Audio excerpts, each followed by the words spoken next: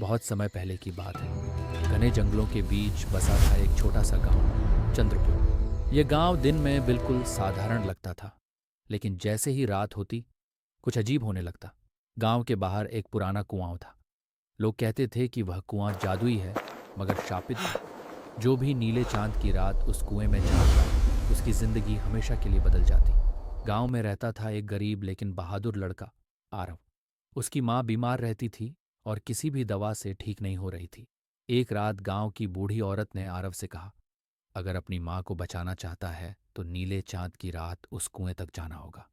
लेकिन याद रखना, वहां से कुछ लेकर आना आसान है, लौटना नहीं। डर के बावजूद आरव उस रात कुएं के पास पहुंचा। आसमान नीले रंग में चमक रहा था, हवा ठंडी थी और कुएं से अजीब सी फुसफुसाहट आ रही थी। जैसे ही आरव ने कुएं में झांका, पानी नहीं था। नीचे एक दूसरी दुनिया थी, जादुई महल, उड़ते हुए पत्थर और काली आंखों वाली परछाइयां। अचानक कुएं से एक आवाज आई, अपनी इच्छा बोलो, लेकिन कीमत चुकाने के लिए तैयार रहो। आरव ने कांपती आवाज में कहा, मेरी मां को ठीक कर दो।